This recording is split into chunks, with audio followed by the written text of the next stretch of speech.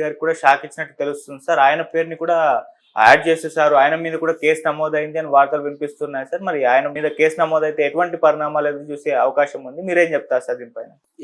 ఇప్పుడు ఒక కొత్త వార్త వస్తుంది. అదేంటంటే జగన్ పేరు కూడా అక్కడ ఇండైట్మెంట్ లో యాడ్ చేస్తున్నారు అమెరికన్ ఏజెన్సీస్ అని చెప్తున్నారు.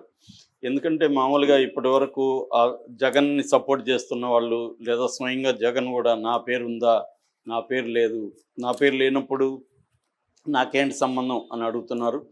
అట్లాగే అడ్వకేట్స్ చాలామంది కూడా నేషనల్ లెవెల్ అడ్వకేట్స్ కూడా అసలు ఎవరికి బ్రైబ్ ఇచ్చారనేది దాంట్లో లేనప్పుడు బ్రైబ్ అనేది ఎట్లా నిరూపిస్తారు, పేర్లు లేకుండా ఛార్జ్ షీట్లో ఇలా పెట్టడం అనేది నేను ఎప్పుడు చూడలేదని కూడా చాలామంది అడ్వకేట్స్ మాట్లాడుతున్నారు. అందుకని ఇప్పుడు ఆల్రెడీ 10 రోజులు అయింది కాబట్టి ఇప్పుడు అమెరికన్ ఏజెన్సీస్ FBI కానీ వాళ్ళు జగన్ పేరు పెట్టారు, ఎవరు ఇచ్చారు అనేది కూడా క్లియర్గా అదానీనే జగన్కి ఇచ్చాడు అనేది వాళ్ళు పెట్టారని చెప్తున్నారు. అయితే దానికి సంబంధించి ఇంకా డాక్యుమెంట్ అయితే రాలేదు, కానీ అమెరికా నుంచి కొంత వార్తలు అయితే వస్తున్నాయి జగన్ పేరు పెట్టారని. సో ఇప్పటి వరకు మనం అంటే నవంబర్ 20న ఈ ఇండైట్మెంట్ అనేది ఛార్జ్షీట్ అనుకుందాం, ఛార్జ్షీట్ అనేది వచ్చింది అమెరికన్ ఏజెన్సీస్. అక్కడ ఏంటంటే ఫారిన్ కరప్ట్ ప్రాక్టీసెస్ యాక్ట్ కింద అదానీ మీద, అజూర్ కంపెనీ మీద, ఈ రెండింటి మీద పెట్టాయి. వాళ్ళు ప్రధానంగా ఎందుకు పెట్టారంటే అదానీ అక్కడ ఫండ్స్ని కలెక్ట్ చేశారు. దాదాపు 2.5 బిలియన్ USD అంటే అమెరికన్ డాలర్స్ను అక్కడ ఇన్వెస్టర్ల దగ్గర, అక్కడ బ్యాంక్స్ దగ్గర, అక్కడ ప్రైవేట్ ఫర్మ్స్ దగ్గర నుంచి కలెక్ట్ చేశారు. వాళ్ళ దేశంలో ఎవరైనా ఫండ్స్ కలెక్ట్ చేస్తే ఆ కలెక్ట్ చేసిన కంపెనీ కానీ వ్యక్తి కానీ ప్రపంచంలో ఎక్కడైనా అవినీతికి పాల్పడితే అది వాళ్ళ దేశ చట్టం కింద నేరం అవుతుంది. కాబట్టి అదానీ అండ్ అజూర్ కంపెనీ అయితే అక్కడ స్టాక్ ఎక్స్చేంజ్లో కూడా రిజిస్టర్ అయిన company Azure Global Power Limited, Adani greens private limited, green energy private limited. So ఈ రెండు కంపెనీలు అక్కడ ఈ మాల్ ప్రాక్టీస్ అంటే అక్కడ ఫండ్స్ కలెక్ట్ చేసి ఆంధ్రప్రదేశ్లో కావచ్చు, తమిళనాడులో కావచ్చు, ఛత్తీస్గఢ్, ఒరిస్సా, జమ్మూ కాశ్మీర్లో వీళ్ళు బ్రైబ్స్ చేశారు అనేది ప్రధాన ఆరోపణ. ఇందులో ఒక సివిల్ కేసు ఉంది, ఒక క్రిమినల్ కేసు ఉంది. మామూలుగా సివిల్ కేసు అయితే జనరల్గా సెటిల్మెంట్లు జరుగుతుంటే నిన్ననే మన ఇన్ఫోసిస్ కూడా దాదాపు 283 కోట్ల ఎగవేత అంటే ఒక మ్యానిపులేషన్ చేసింది. అంటే అక్కడ వీసా మ్యానిపులేషన్ ఇన్ఫోసిస్ చేసింది, దానికి ఫైన్ వేశారు, 283 కోట్లు ఫైన్ వేశారు. ఇట్లాగా మనకి అనేక కంపెనీలు అమెరికన్ రూల్స్ని కరెక్ట్గా పాటించకపోతే అమెరికాతో డీల్ చేసేటప్పుడు వాళ్ళు ఫైన్ వేస్తుంటారు. ఈవెన్ చివరికి మన ఊరగాయలు కరెక్ట్గా వాళ్ళ స్టాండర్డ్స్ లేకపోతే కూడా ఫైన్లు పడే సందర్భాలు ఉన్నాయి. అందుకని ఫుడ్ కూడా ఎక్స్పోర్ట్ అమెరికాకి చేసేటప్పుడు ఇక్కడ కన్జంప్షన్కి వేరే రకమైన స్టాండర్డ్స్ ఉంటే అమెరికాకి చేసేటప్పుడు చాలా తరవుగా దాన్ని చూసి పంపిస్తారనమాట. ఎందుకంటే వాళ్ళు అంత స్ట్రిక్ట్గా చూసుకుంటారు. సో అది జరిగింది. అయితే ఇప్పుడు అదానికి దీనివల్ల జగన్ పరిస్థితి తర్వాత మాట్లాడతాను నేను. ముందు అదాని ఈ 10 రోజుల్లో నవంబర్ 20 పెట్టారు కదా, 10 రోజుల్లో అదానికి లాభం ఎంత అంటే నష్టం ఎంత అయింది, రికవరీ దాని నుంచి ఎంత అయిందని చూసినప్పుడు ఫస్ట్ ఇమ్మీడియట్గా అదానికి ఒక 1-2 డేస్లో దాదాపు 3 లక్షల కోట్ల నష్టం అనేది స్టాక్ మార్కెట్లో వచ్చింది. ఈ నష్టం అదానికే వచ్చినట్టు కాదు, మదుపుదారులు అంటే మన రీటైల్ ఇన్వెస్టర్లు అందరికి కూడా నష్టమే. LIC కూడా చాలా పెద్ద ఎత్తున నష్టపోయింది. అంటే రీటైల్ ఇన్వెస్టర్లు కావచ్చు, ఇన్స్టిట్యూషనల్ ఇన్వెస్టర్లు కావచ్చు, వీళ్ళందరూ కూడా దాంట్లో పెట్టిన షేర్లు కొన్న వాళ్ళందరికీ నష్టం వచ్చింది. అయితే అదానికి అది మేజర్ ప్రాబ్లం అవుతుంది. ఎందుకంటే క్యాపిటలైజేషన్ అంటారు, ఆ క్యాపిటలైజేషన్ తగ్గితే రేపు పొద్దున షేర్ వాల్యూ తగ్గిపోతుంది. అది దాని మీద కంపెనీ మీద పడుతుంది.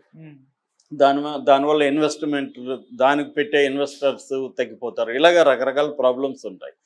సో దాంతో ఇమీడియట్గా అదానీ వాళ్ళు కూడా రియాక్ట్ అయ్యి సిబికి ఒక ఇది సబ్మిట్ చేశారు. అదేంటంటే మాకు అప్పులు ఉన్నప్పటికీ కూడా 53,000 కోట్లు క్యాష్ ఉంది, క్యాష్ రిజర్వ్స్ ఉన్నాయి, అట్లాగే లిక్విడిటీ కూడా బాగుంది, అంటే మేము క్యాష్గా మార్చుకునే పరిస్థితి కూడా ఉంది. కాబట్టి మా కంపెనీలకు సంబంధించి ఎటువంటి ఇబ్బంది లేదు అనేది సబ్మిట్ చేశారు. దానివల్ల కొంత నమ్మకం అనేది ఇక్కడ ఏర్పడింది. అట్లాగే టాంజానియా పోర్టుకి సంబంధించి టాంజానియా గవర్నమెంట్ మేము మా ఒప్పందం కంటిన్యూ అవుతుంది, మాకేమీ దాని ఎఫెక్ట్ అమెరికా ఆరోపించినంత మాత్రాన మాకు అదాని మీద ఏమీ లేదు, మాకు నమ్మకం ఉందని ప్రకటించింది. అట్లాగే అబుదాబిలో ఇంటర్నేషనల్ ఇన్వెస్టర్ కంపెనీ మేము అదాని కంపెనీలో పెట్టుబడులు పెట్టడానికి రెడీగా ఉన్నాం, మాకేమి ఇబ్బంది లేదని ప్రకటించారు. అట్లాగే మహేష్ జట్మలాని కావచ్చు, ముకుల్ రోహత్గి, వీళ్ళిద్దరు సీనియర్ అడ్వకేట్స్ సుప్రీంకోర్టులో, వీళ్ళిద్దరు కలిసి జాయింట్గా ఒక ప్రెస్ మీట్ పెట్టి అసలు ఇది వేస్ట్, ఇది అసలు ఇదేమీ కేసే కాదు, అసలు అదాని మీద లేకపోతే వాళ్ళ మేనల్లుడు సాగర్ మీద మొత్తం 5 కౌంట్లలో 1 and 5 కౌంట్లో అసలు వీళ్ళ పేర్లు కూడా లేవు, ఎవరికి బ్రైబ్స్ ఇచ్చారని కూడా లేదు, ఇది అసలు ఇటువంటి పనికిమాల కేసు మేము ఎప్పుడైతే చూడలేదని కొట్టిపారేశారు. అది బాగా ప్రభావితం చూపింది. అంటే అసలు ఈ కేసు ఏం నిలవదులేదు అని. రెండోది క్రిజిల్ రేటింగ్ అంటారు, ఇంటర్నేషనల్గా కంపెనీస్ రేటింగ్ ఇచ్చే సంస్థ క్రిజిల్ రేటింగ్ కూడా పాజిటివ్ రేటింగే ఇస్తున్నామని ప్రకటించింది. సో వీటన్నిటి వల్ల ఏంటంటే మళ్ళీ అదాని షేర్లు అనేది మునుపట్లోకి వచ్చాయి. మనకి లాస్ట్ వీకెండ్ అయ్యేసరికి 1.5 crore lakhs 1.5 కోట్ల ఆయన క్యాపిటలైజేషన్ అనేది మళ్ళీ ముందుకు వచ్చింది. అంటే 3 లక్షల నుంచి 1.5 తగ్గిపోయింది. నెక్స్ట్ వీక్ మళ్ళీ రావచ్చు. అప్పుడు కూడా హిండన్బర్గ్ జరిగినప్పుడు కూడా ఫస్ట్లో పడిపోయినాయి, మళ్ళీ వచ్చాయి. అంటే ఒక పక్క బీజేపీ ప్రచారం చేస్తుంది పెద్ద ఎత్తున, అట్లాగే పార్లమెంట్లో కూడా బీజేపీ అసలు మాకు దానికి సంబంధం లేదు, ఒక ప్రైవేటు వ్యక్తి మీద ఒక అమెరికన్ ఇది పెట్టింది, దానికి మాకేం సంబంధం, అదాని అప్పగించమని ఏమన్నా వాళ్ళు అడిగితే అప్పుడు మేము రూల్స్ బట్టి కేసుని స్టడీ చేసి అప్పగించాలి లేదన్నది ఆలోచిస్తాం. ఇప్పుడు మాకు అసలు సంబంధం లేదు, మేమేం మాట్లాడాలి దాని గురించి, అదేదో ప్రైవేట్ వ్యవహారం అని తేల్చేసింది. కాబట్టి ఈ రకంగా అదానికి అనుకూలంగా మీడియా కూడా అదానికి అనుకూలమైన మీడియానే ఎక్కువ ఉంటుంది. ఎందుకంటే ఈ దేశంలో మీడియా మెయిన్ స్ట్రీమ్ మీడియా అంతా కూడా అంబానీ చేతిలో అదాని చేతిలోనే ఉన్నాయి. ఫర్ ఎగ్జాంపుల్ లేటెస్ట్గా ఎన్డీటీవీ అదానినే తీసుకున్నాడు. అందుకని మీడియా మేనేజ్మెంట్ కూడా వాళ్ళు ఒక పిక్చర్ క్రియేట్ చేశారు. ఇదేంటంటే అమెరికాలో ఉండే కొన్ని బైడెన్ వెళ్ళిపోతూ బైడెన్ ఏంటంటే ఎవరు ట్రంప్కి అనుకూలంగా ఉన్న వాళ్ళ మీద అంతా ఈ చర్యలు తీసుకుంటున్నారు, ఈయన అదాని ట్రంప్కి శుభాకాంక్షలు తెలియజేశాడు, విషయం తెలియజేశాడు కాబట్టి ఈయన మీద అని చెప్తున్నారు. అయితే అదానికి నష్టం జరగలేదు దీనివల్ల అంటే జరిగింది. ఆల్రెడీ కెన్యా 2 ప్రాజెక్టులని క్యాన్సిల్ చేసుకుంది. ఒకటి ఎయిర్పోర్ట్ ప్రాజెక్టు, రెండోది పవర్ ప్రాజెక్ట్స్, ఈ 2 క్యాన్సిల్ అయిపోయినాయి. అట్లాగే ఫ్రెంచ్ కంపెనీ వచ్చి దాని పేరు ఫ్రెంచ్ కంపెనీ కూడా దీనికి పెట్టుబడులను మేము విరమించుకుంటున్నాం అని చెప్పింది. టోటల్ ఎనర్జీస్ అనే ఒక ఫ్రెంచ్ కంపెనీ.